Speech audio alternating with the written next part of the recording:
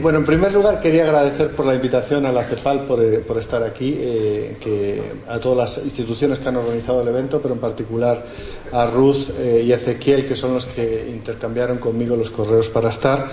Yo vengo a hablarles del Acuerdo de Escazú. El Acuerdo de Escazú es este texto que está aquí.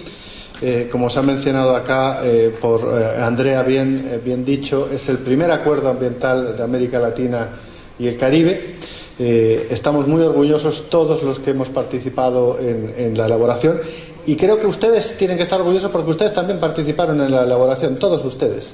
Porque les voy a contar una infidencia. No cuando se empezó la negociación, pero en etapas iniciales de negociación, los negociadores estaban muy temerosos del pilar de justicia ambiental. Decían, pero ese es otro poder del Estado, ¿qué vamos a hacer aquí? Y precisamente varias de las declaraciones que se han mencionado acá las usamos para mostrarles que en el sector judicial había cosas mucho más avanzadas de lo que estábamos inicialmente discutiendo en el texto de negociación. Y luego les iré mostrando cómo todo lo que se ha discutido aquí fue permeando en el texto durante la negociación, pero que no estaba siquiera en la idea originaria del acuerdo. Así que todos ustedes, incluso aunque no lo sabían, con esas declaraciones y con muchas de las sentencias que se han mencionado aquí, han hecho que este acuerdo, particularmente en el pilar de justicia ambiental, sea posible. El otro elemento que fue fundamental para lograr el acuerdo fue Costa Rica. El acuerdo de Escazú es el acuerdo es de una zona, de un barrio de San José, que es la zona de las brujas. Y hubo mucho de brujería en que se lograse en la última ronda de negociación el acuerdo, y eso se lo debemos precisamente a las brujas de Costa Rica. Voy a entrar un poco en el tema del acuerdo. Como les decía, es el primer acuerdo ambiental de América Latina. Es el único acuerdo ambiental que emanó de la cumbre de Río+20. Si ustedes recuerdan, en 1992 tuvimos la fortuna de sacar las grandes cumbres ambientales, cambio climático, biodiversidad, desertificación. En Río+20 sacamos la Agenda 2030 y los ODS, que no es poco, pero a nivel de acuerdos vinculantes fue el único acuerdo y fue un éxito de la región. Para la CEPAL es un honor porque también es el primer acuerdo bajo el secretariado de la CEPAL. Otras comisiones económicas en el planeta tienen varios acuerdos regionales, en América Latina no existía. Y este acuerdo ha sido reconocido desde, obviamente, nuestra Secretaría Ejecutiva, pero desde el Secretario General para abajo por todas las Naciones Unidas, como un acuerdo de la agenda positiva que necesitamos en estos momentos donde los problemas del multilateralismo son muchos y los problemas de degradación ambiental global son también muy fuertes. La negociación empezó no exactamente en Río+20, en la cumbre 10 países, entre ellos Paraguay, que ha sido líder en este proceso, y ya les iré mencionando las etapas, dieron pie a una declaración porque llegaron a la conclusión que el principio 10 es un elemento fundamental es instrumental para lograr el desarrollo sostenible. Pero que pese a estar ese principio en los principios de Río de 1992, no se había implementado suficientemente bien en la región y obviamente en el planeta. A partir de esa declaración se empezó una etapa de discusión de lo que se iba a incorporar en el texto, donde hubo un levantamiento de toda la legislación, tratados internacionales, jurisprudencia que había en la región, y de hecho el primer texto compilado lleva todo lo que tenía la región en ese momento que respaldaba los posibles temas de negociación. Y en el 2014, finalmente, en diciembre, los países, en la decisión de Santiago en Chile, decidieron entrar en una negociación de un acuerdo donde fuimos avanzando en distintas rondas de negociación. Uno de los elementos centrales de esta negociación, que también es único, es que fue una negociación transmitida y abierta a todo el mundo. Eso no ha existido en ninguna negociación internacional hasta ahora. Todo se transmitió por web streaming, todo el mundo podía participar, solo había que registrarse y que hubiese aforo en la sala, y la sociedad civil, que no se llamó sociedad civil porque era el público, porque éramos todos los ciudadanos los que podían participar, se organizó para poner sus propuestas que hablaban en orden de solicitud de la palabra, y obviamente solo se incorporaban en el texto si algún país las acogía. Y hubo muchos países que fueron muy abiertos a incorporar esas propuestas del público, y luego, en función del debate, fue el resultado del texto. El 4 de marzo del 2018, en Escazú, hace un año, hace 2 días hicimos el aniversario, se adoptó el acuerdo. Otro de los éxitos del acuerdo es que de 10 países iniciales, llegaron a la adopción del acuerdo y negociaron 24 países de la región, y después se abrió para firma el 27 de septiembre del 2018, tiene un periodo de 2 años para firma, y en la ceremonia inicial de apertura para firma 15 países firmaron. Paraguay de nuevo estuvo entre los 15 países que firmaron, después ha firmado Bolivia y hay varios países que están por firmar, y ahora estamos en la fase de ratificación. Hay que avisar que los países del Caribe, que tardan un poquito más normalmente en firmar, lo hacen en un proceso dual donde firman y ratifican a la vez, con lo cual habrá, no sé, como el sistema más latino. El otro elemento importante es que se negoció en español y en inglés, eso fue complejo, y que también tuvo que incorporarse en el pilar de justicia ambiental, particularmente el hecho de que los países anglófonos del Caribe siguen el sistema de Common Law, con lo cual había algunos elementos específicos en el pilar de justicia ambiental que hubo que tratar. Ya les mencionaba el tema del Caribe. El otro elemento que fue importante y que Claudia también y Andrea han mencionado es que el proceso se siguió por muchos otros actores: ONU Ambiente, OEA, la Comisión Económica de Europa de Naciones Unidas, los relatores especiales de derechos humanos han venido apoyando, el Alto Comisionado de Derechos Humanos vinieron apoyando, y se hicieron muchas capacitaciones del proceso y fue recogido en distintas cumbres a nivel político. Eso fue un elemento central para ir sedimentando el proceso, darle visibilidad y que más actores pudiesen participar a lo largo de la negociación.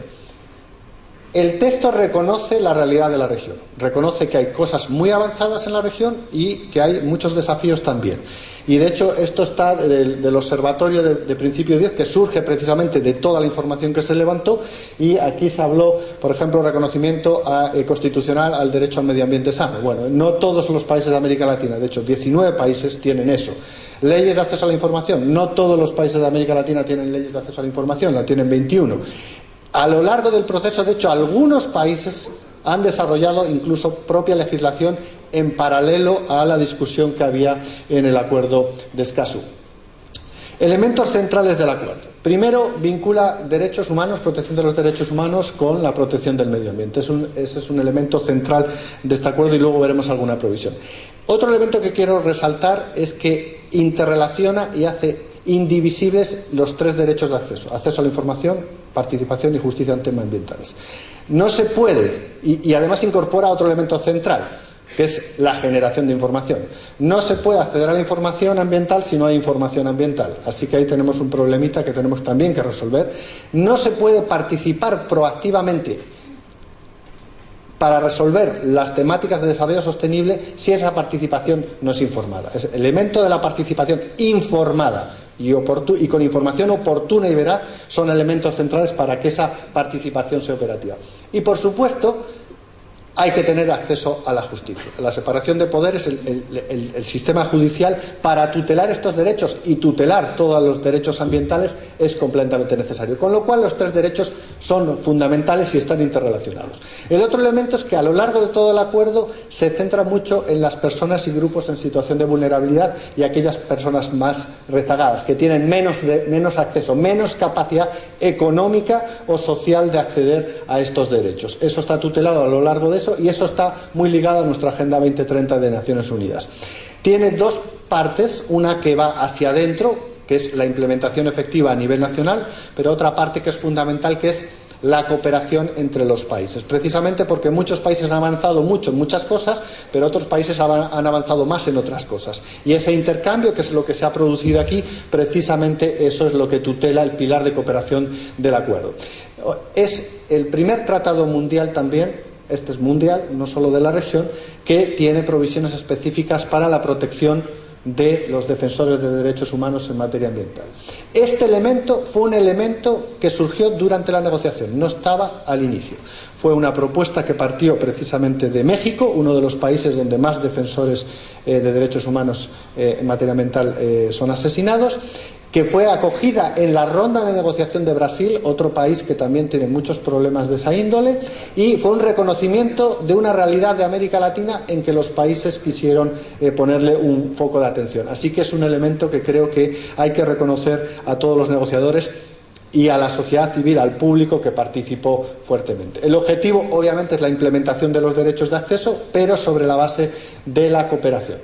Este es el contenido esencial del acuerdo. Tiene todo lo que es un tratado internacional con una primera parte de preámbulo, objetivos, definiciones, principios, y luego los 4 pilares de acceso a la información: transparencia activa y pasiva, participación, acceso a la justicia y el de defensores ambientales.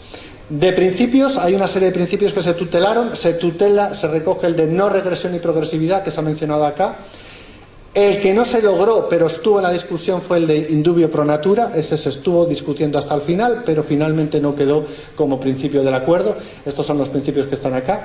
Hay unas disposiciones generales que son muy importantes y que creo que son necesarias mencionar algunas de ellas. La primera es que este acuerdo es un piso pero no un techo. Hay legislaciones nacionales más avanzadas que el acuerdo, y este acuerdo lo que te busca es nivelar un poco la cancha dentro de América Latina, pero los países que tienen legislaciones más avanzadas, el acuerdo lo que les incentiva es continuar en esa línea y avanzar más, no ir para atrás. Y eso va con el principio de no regresividad, que por cierto en América Latina es fundamental. La regresividad en la legislación ambiental está muy asociada al ciclo económico. Cuando la economía va mal, la regresividad ambiental tiende a subir, y entonces se flexibilizan los procesos. El sistema de evaluación de impacto ambiental que se mencionó por aquí también se flexibiliza. Esto es algo que es fundamental del acuerdo.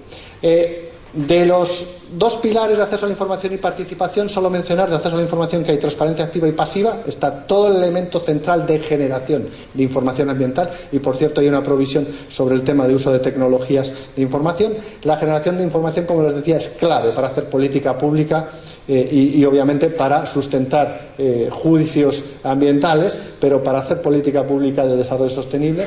Y luego tiene todos los elementos de participación, y la participación se ve desde un modo de: si involucramos a todos los actores en etapas tempranas en los procesos de decisión, tanto de sistemas de evaluación de impacto ambiental, pero de políticas, de planes y otros de ordenamiento territorial, lo que prevenimos son conflictos.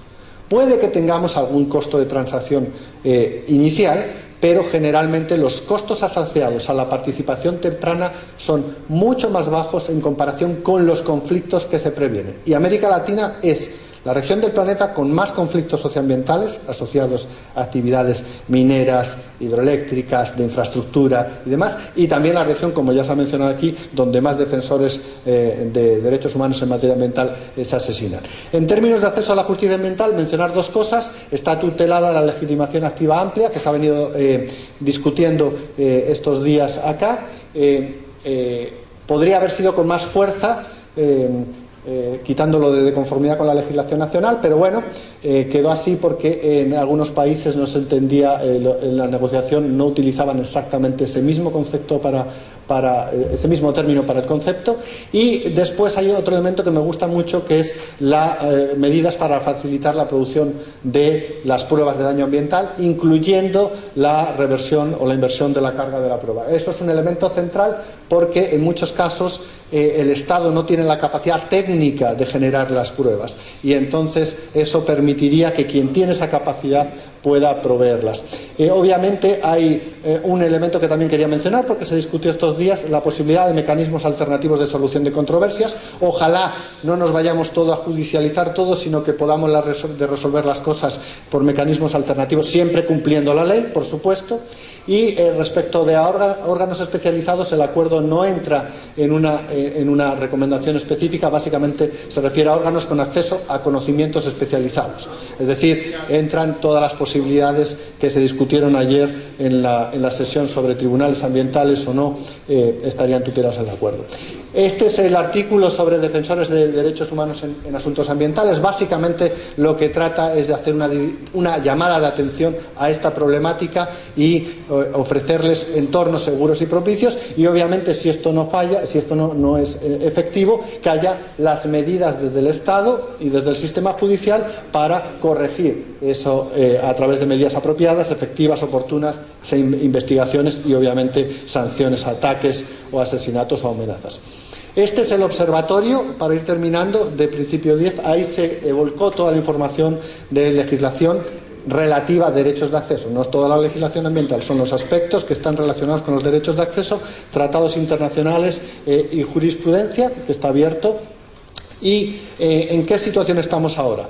El acuerdo está abierto a firma durante 2 años, ahí todos los países pueden firmar. Una vez que termine el periodo de firma, el país se puede adherir, pero ahí termina el periodo de firma.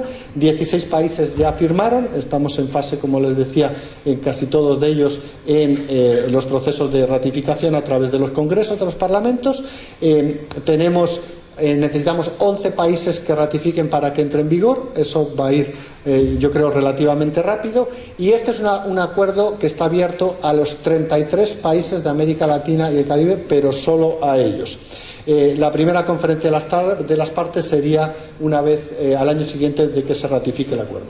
Terminando, solo mencionarles que este acuerdo es un acuerdo no para resolver un problema, como puede ser Minamata con el mercurio. Es un acuerdo procedimental, es un acuerdo instrumental para enfrentar toda la problemática ambiental y de desarrollo sostenible.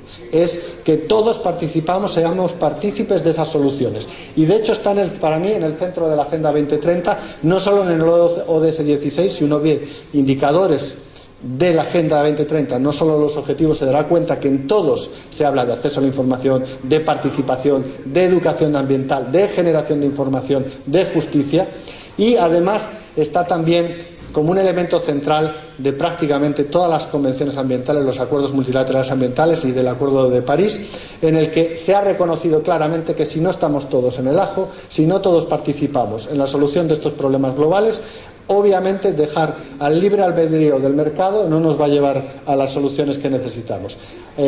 Así que les invito a visitar la página. El texto del acuerdo está en inglés y en español. Esos son los textos auténticos del acuerdo, que es como se reconoce en Naciones Unidas los textos de negociación, pero además hay versión en portugués y en francés. Portugués porque es lenguaje también de la CEPAL y francés porque es lenguaje oficial, y yo esperaría tener la del guaraní pronto, a ver si aquí, dado que hemos mencionado el tema, sería un hito que el Paraguay, que ha sido de los 10 primeros, de los 15 primeros en firmar, y estoy seguro va a ser de los primeros en ratificar, con la ratificación pongamos un texto en guaraní sobre la mesa para mostrar eso también al mundo, porque ese tema de las comunidades está a lo largo de todo el acuerdo. Cualquier duda específica sobre el texto de la negociación o de los problemas que hubo en cada párrafo y cómo se llegó al párrafo final, desafortunadamente yo tuve que estar en todas. Digo desafortunadamente porque fueron algunas más complicadas que otras, pero fue una negociación, la verdad es que muy interesante. Yo aprendí mucho. Aquí se han mencionado algunas personas, por ejemplo a Néstor Caferata, ellos participaron, Benjamin también estuvo en alguna ronda de participación. Y dentro de la sociedad civil hubo abogados extraordinarios. Estuvo Andrés Napoli de Argentina, de la FARC, que seguramente todos ustedes lo conocen, y él fue uno de los representantes electos del público, y eso hizo que todos estos representantes electos y todos los expertos que participaron dieron un carácter muy sólido al texto del acuerdo. Obviamente, como todo acuerdo internacional, podría haber sido mejorable, pero creo que es un acuerdo bastante balanceado y que esperamos que nos ayuden a implementar en los próximos años. Muchas gracias.